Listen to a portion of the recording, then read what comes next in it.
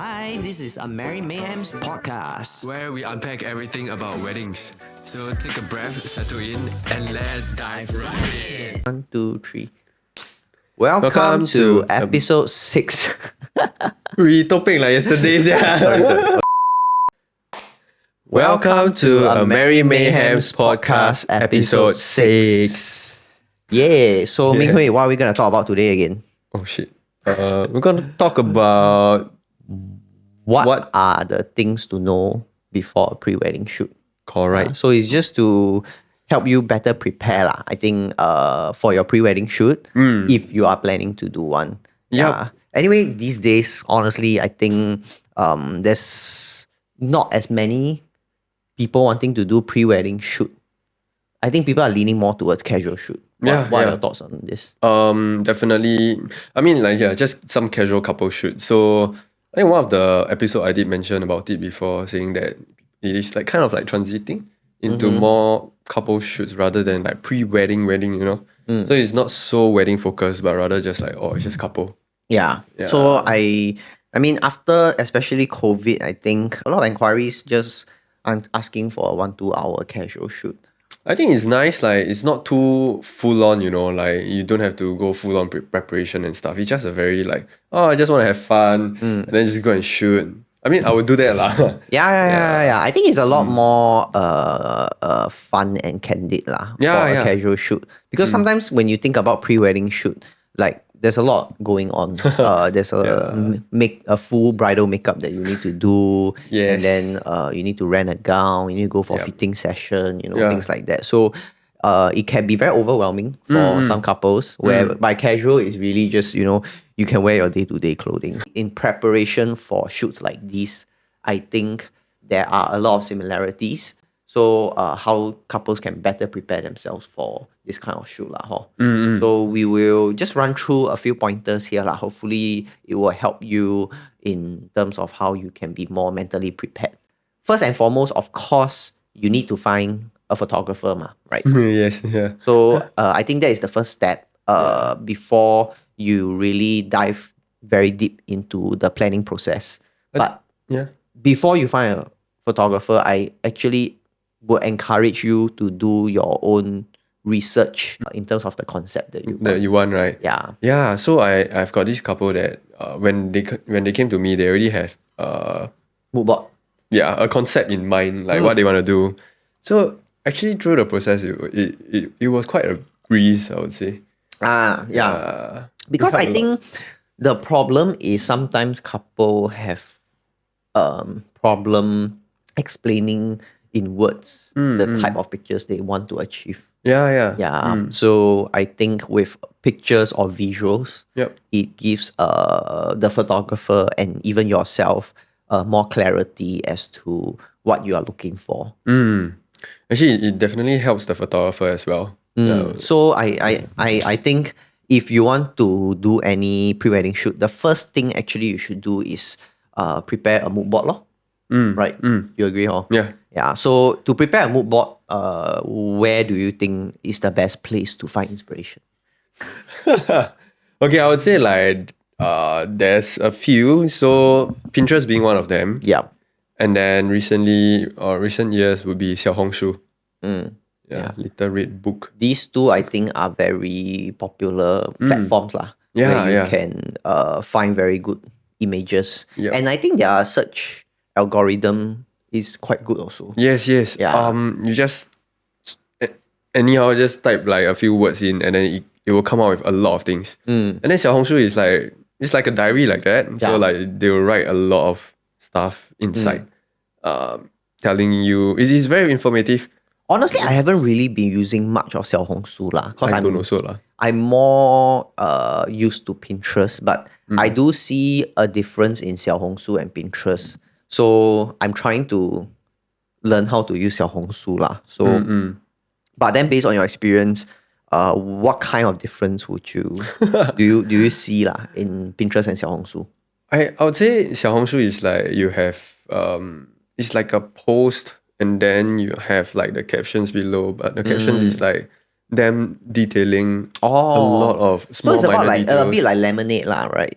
a bit like that, but not entirely also. I see. Yeah, but then like contrasting that to like Pinterest. Pinterest is just Visuals, a lot of visuals there, which is nice also. Like you can just click into one and then you scroll below. There's like maybe a whole chunk more. But that you from can what I click into it. know from my little experience of Xiaohongshu Yeah. that I use, I feel like Pinterest is more ang moh photos, right? Yes, But also they have some Asian pictures lah. Have. So I would say they cater to more towards like the Western community. Yeah. Yeah, rather than the Asian side. But of course, like there's a minority, a small portion of Asian, or rather photos taken in Asia lah. Asia lah. Yeah, correct. Then Xiaohongshu is a lot more Chinese market lor. Yes, correct. Because I see a lot of like studio style shoots also done in Xiaohongshu. That's very nice. Yes, even Korean style also inside.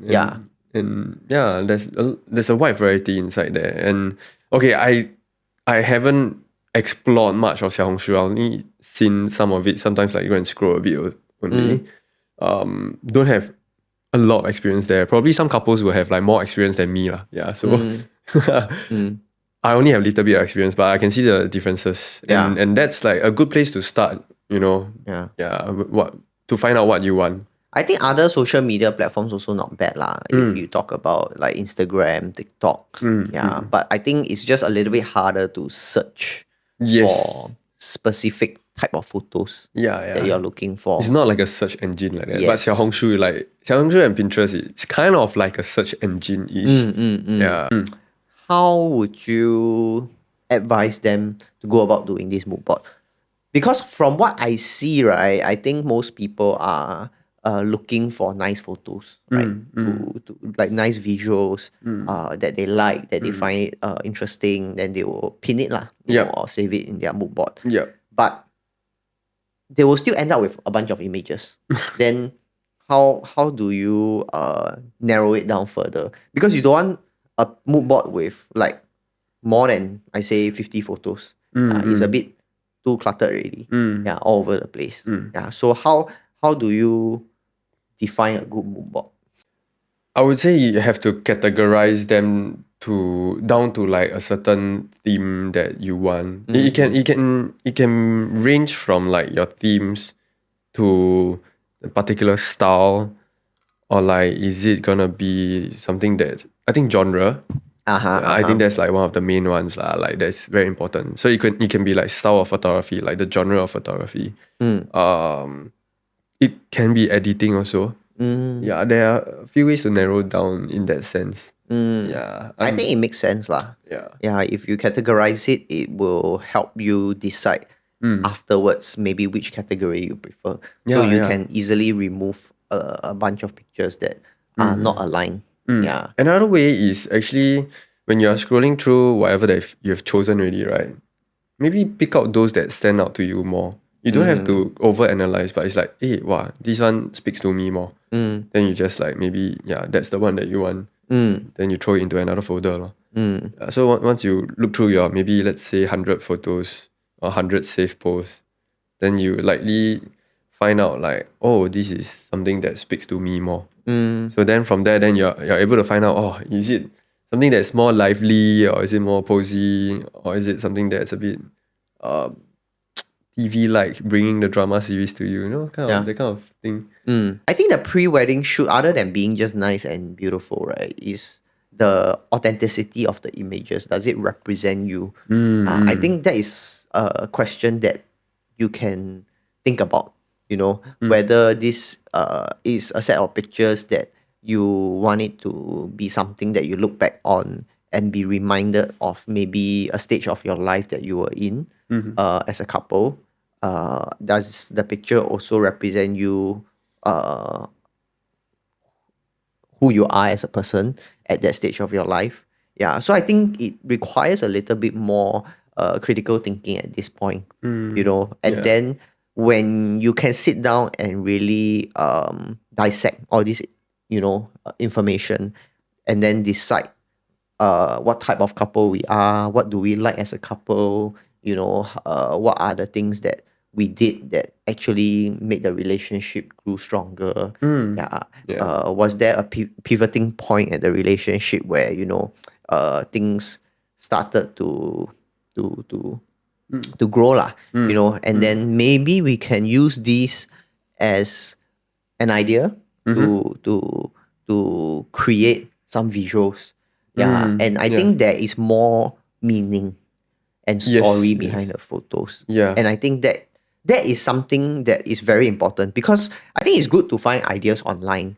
But then you also want to learn to declutter a lot of all this noise out there, because I always encourage couple that, don't, because your friend has done a photo shoot at a location or a certain concept that you like, and then you want to replicate it, or you see work online people do before that is nice, and you just want to replicate it just because it's nice. But there is nothing more than just nice, because I think that photos, of course, it's good to be the photos to look nice and beautiful, but I prefer it have more depth, to I it. think it's long lasting that way. Like it's gonna last like Point. time, because it's timeless. It honors your legacy.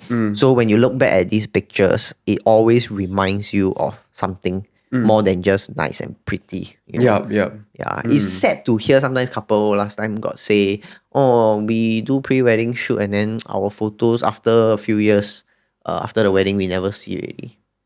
We put the photos in our closet, the album, and then it's just collecting dust there.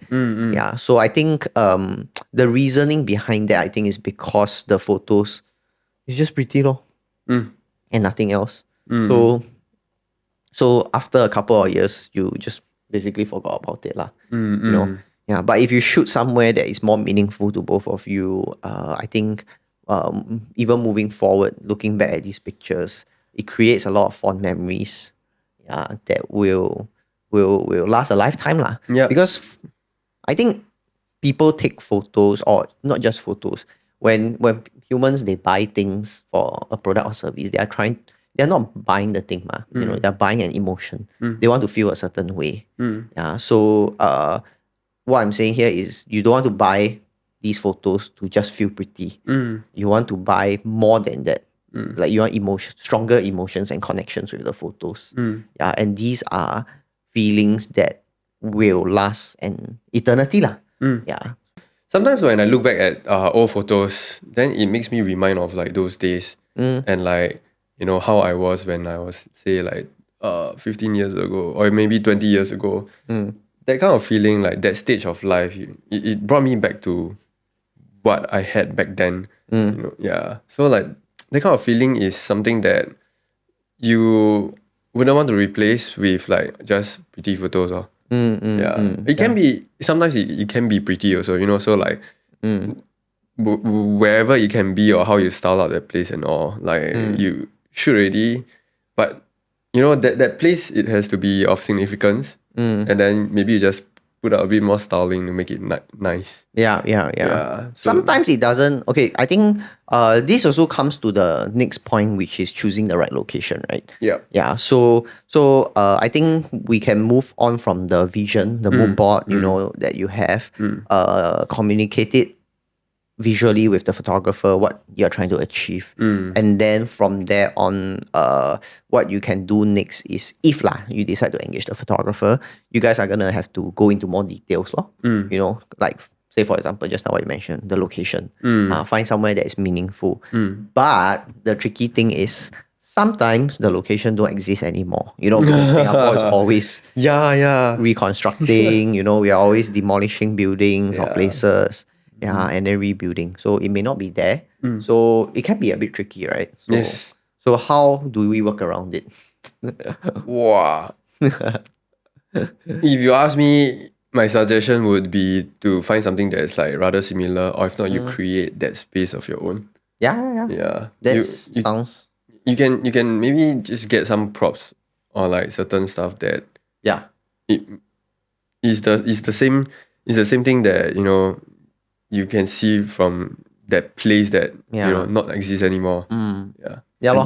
You just recreate it. Yeah. So I think it makes sense lah, because that is what I normally do with couple also. Cause sometimes it's due to limitations like the venue, they don't allow us to shoot there, or the place is no longer there. Then we have to think of other creative way to manifest it lor. Yep. So one of it can be replicating the space. Another one is what more commonly I do with couple, which is easier lah. It's just using props lor. Cause for example, I shoot doctors, right? It's very hard to get permission to shoot inside hospital, ma. So you're not gonna get. It's very very hard, like I won't say it's impossible, but it's almost very hard to get a clearance to shoot in hospital. So what I do is just get their props out lor, to shoot at a place. So they can wear their coat, their stethoscope. Cause that time their stethoscope very cute one. So they met during their traineeship as doctors. So their stethoscope has their name cast on it, things like that. Yep. So it's just all these small little touches, right, that I think goes a long way.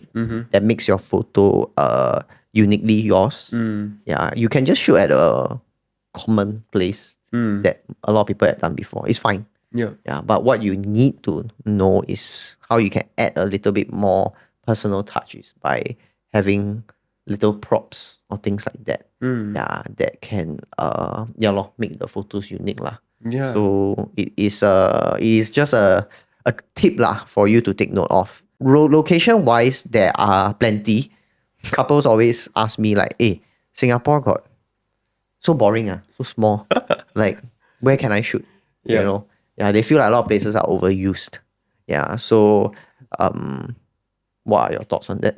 Indeed, I guess my reaction tells that a lot of places has been you cannot overused. compare it with Australia lah, of course. So not comparing to Australia, but in Singapore, there's just that few places that we just it's nice. I cannot say it's not nice. It's just that do it too often, then it loses its I would say the special look of it. I know, I understand how you feel lah, but then again, I think it's just the work we put out there and we attract that type of client, no? But sometimes also when we don't put in too much thinking, right, we might mindlessly.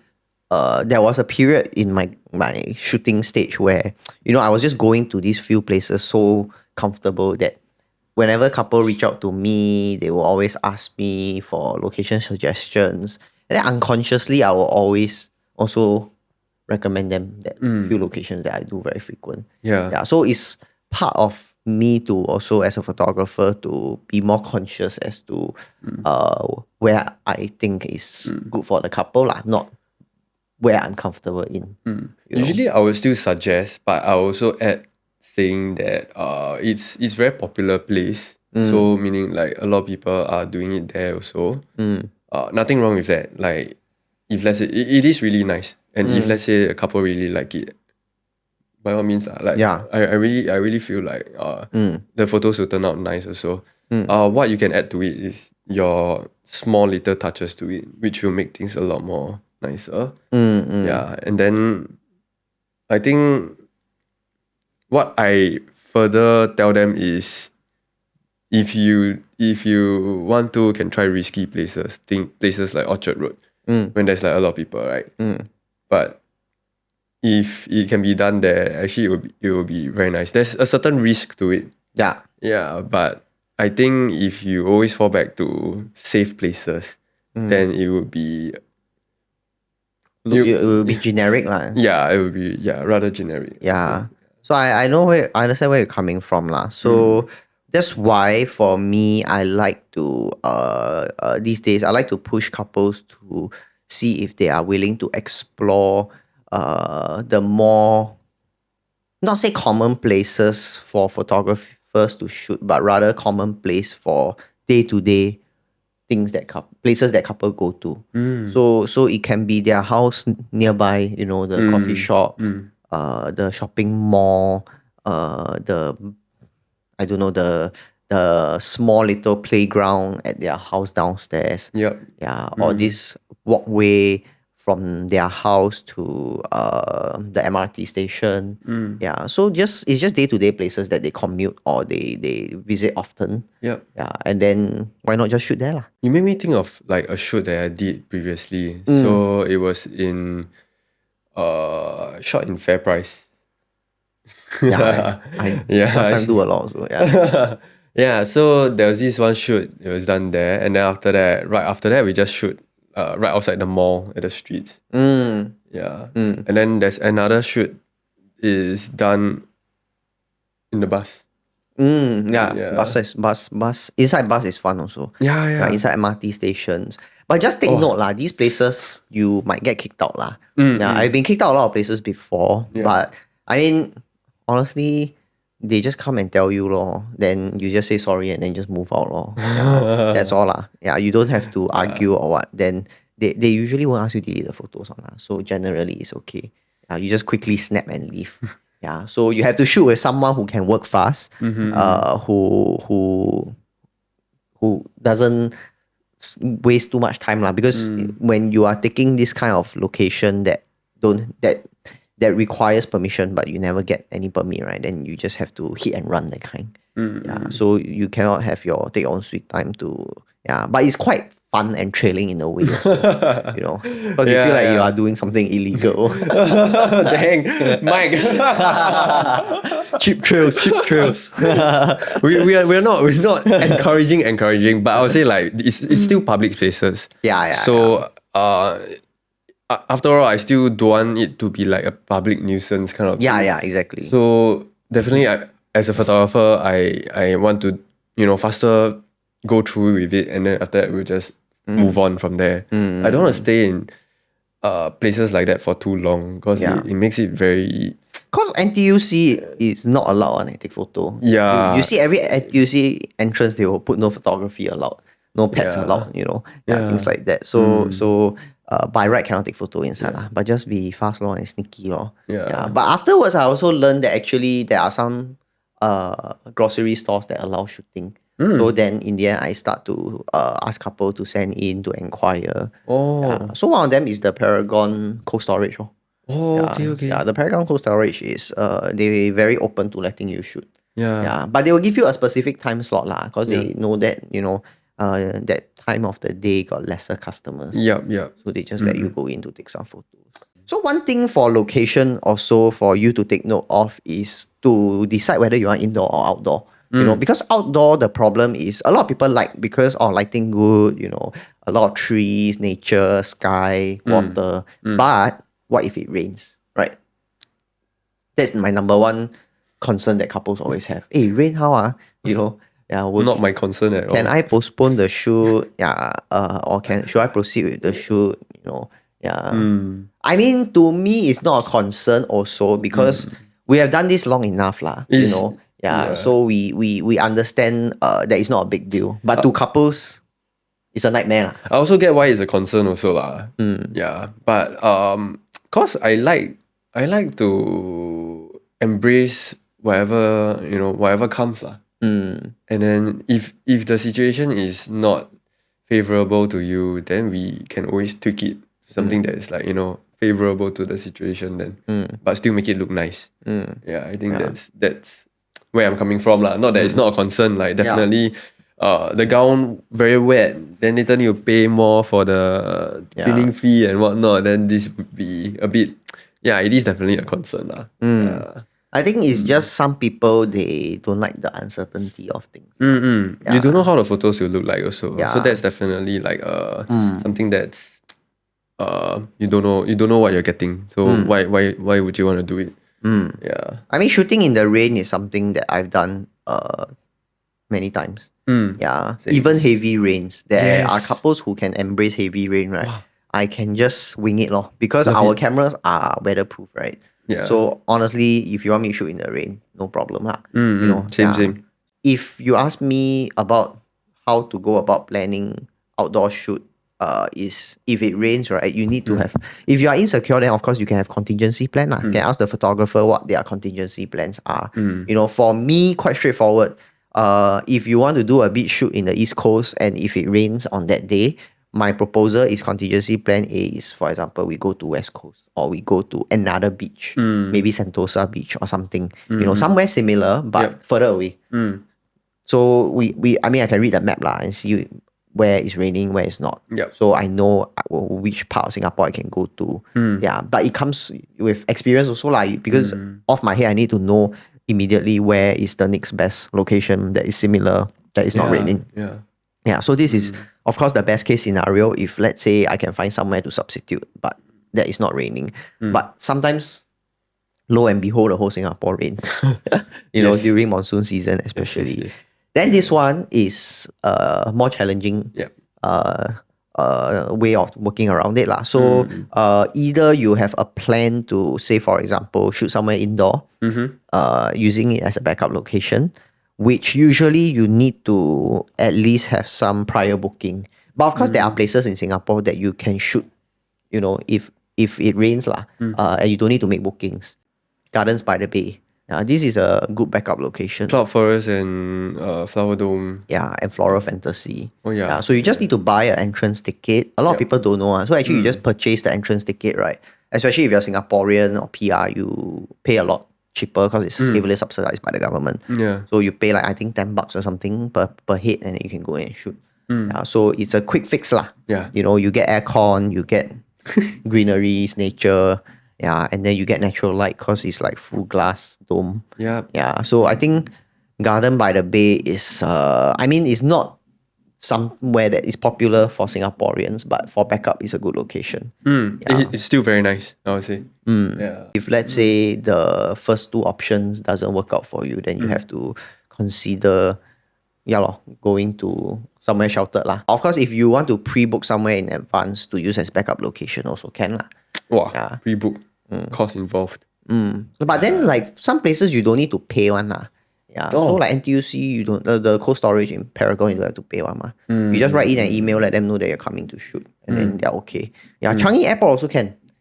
Oh yes. Changi Airport, you need to write in to CAG the Changi Airport group, and then ask them for permission, and then once they give you approval, then you can just use that as a backup location. They don't charge you any fees. It's nice though, shooting at Changi Airport. Less the crowd It's a beautiful location.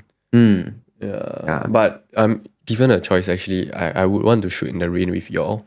I think it's not every day that you get a shoot in the rain kind of situation. Only if y'all are okay with it. And usually I'll try to prep my couples to probably bring extra clothes. But rain is not something that you can ask for. Unless you purposely go and wait for a monsoon season. Exactly why it's special. And then I guess it is a bit more moody in the sense that raining shots are, it depends also. I've seen raining shots that can look very happy also. Not so much moody. Correct. So weather is something to take into consideration if you're doing outdoor shoot. That is why some couples prefer doing indoor shoots, because indoor you don't have to deal with the uncertainty of the weather. And then get aircon. Get aircon. That's the best part, right? Every groom's favorite thing to hear, aircon. Yes. Thank you so much for tuning into this week's episode. We'll be sharing more with you in part 2 next week, so do stay tuned, and we look forward to seeing you again. Goodbye.